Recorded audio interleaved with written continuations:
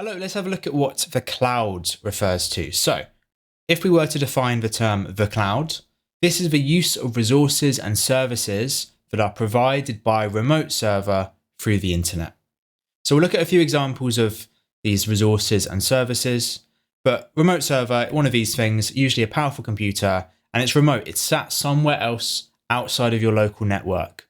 Could be in the same country as you, equally it could be a whole different country. It's just somewhere else, somewhere remote, somewhere away from us, and we access this server through the internet.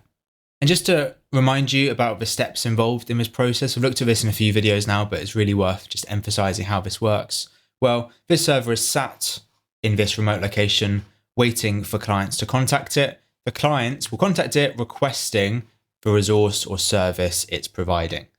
And we can think of a client as either the human sat behind their computer or either the web browser or app. The server will receive this request via the internet. It will process it. The processing is basically deciding, do we say yes to this request or do we say no? Once it's decided this, it will respond to the client either saying, no, you haven't got access to this, or it might say yes, and it might send whatever the client is requesting. And this is happening maybe billions of times per minute because we've got so many cloud servers located around. Nowadays, usually these are clustered in massive data centers, which contain many of these servers. Now, there are a few different resources and services available via the cloud. It's important you understand the cloud is our general concept, and we've got some examples of it as well. The most well-known is definitely cloud storage, which you could definitely be asked about, but as we'll look at, there are another couple of examples of services offered on the cloud as well. But looking at cloud storage for now, here's a slightly modified version of the definition I just gave you. Cloud storage is where files are held on a remote server which are accessed through the internet. And we're thinking about things like OneDrive or iCloud. And this contrasts with local storage. We use the word local to refer to what your computer actually has access to. And I think regular people, maybe regular is not quite the right word, but people who are not computer scientists have a very wishy-washy understanding of how cloud storage works. They picture an actual cloud, for example. Of course, we know that there are actual physical servers which are hosting these files. These physical servers still have to have their own local storage, which will be magnetic or solid state most often. And a really common way this question gets talked about in exams is evaluation. Of course, we come across this all the time. So what are some of the benefits and drawbacks of cloud storage? Well, a key benefit is convenience. You can access these files from any location and from any device, whereas local files are only available on that one device. Of course, this point is only true if you've got an internet connection. We access all these cloud resources through the internet.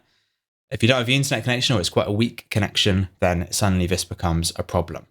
Another key benefit is we've got scalability when it comes to cloud storage. This means that our storage capacity can be increased or decreased flexibly. Well, what does this mean? Well, let's say I've got local storage on my PlayStation. Maybe my SSD is completely full with video games. But if I want to install another video game, I don't want to delete anything else, I need to buy another SSD for my PlayStation. That's not very flexible. That's me having to pay more money, having to install it, bit of a faff to have to get that storage capacity increased. However, if I'm using cloud storage, I just pay more money for cloud storage and suddenly the capacity is increased. That's because these cloud providers are massive. They've got a huge amount of capacity available for us to use. We just pay a little bit more money to increase it, or equally pay a little bit less money to decrease it. It's a lot easier than us having to fiddle around with this local storage ourselves. However, the associated drawback alongside this is there is this ongoing subscription cost.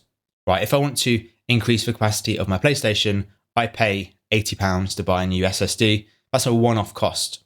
But if I'm using cloud storage, there's this monthly, usually, subscription cost we have to pay and pay and pay, which maybe adds up to be more expensive overall. For our money though, often there are some additional tools like automatic backups. Often it might retain previous versions of our files, so we can restore from previous versions if we need to. And because of laws like the Data Protection Act, they are meant to provide strong security. I say meant because there is a degree of reliance on the cloud provider doing the right thing here. We are relying on the server being online, reliable and secure. We've not got control over that, so it's a little bit out of our hands. If a server goes down, we can't access our files. So cloud storage is definitely our biggest category and one you are most familiar with, I'm sure. However, it's really important if you don't just assume that's it for the cloud. We've also got a few other examples to briefly look at as well. So the cloud can also provide software. This is where software is run by a remote server, which the client accesses through the internet. So importantly here, normally we install programs on our phone, on our laptop, and it's stored locally. With cloud software, that software doesn't need to be stored locally on our computer. And we're talking about things like Microsoft 365, Google Docs. Microsoft does have desktop versions of things like Word and PowerPoint, which can be installed locally, but also you can access these through the browser, which is done via the cloud. Google Docs hasn't got desktop versions, that's purely done through the cloud. And when we are using these programs, most of the processing is handled by the server, not the client. So if I'm making a PowerPoint in PowerPoint Online, most of the work going into processing what I'm doing is handled by Microsoft, not by my computer.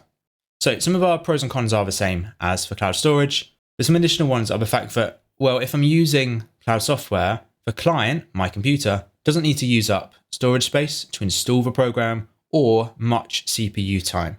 If I've got quite a weak computer, like a Chromebook, for example, I've not really got the hardware capacity to run these programs. That's why the server can do it for us. And if the server is much more powerful than our computer, then the software may well run smoother. And you may see this with some video games, which might run a lot smoother if most of the work is being done by the server.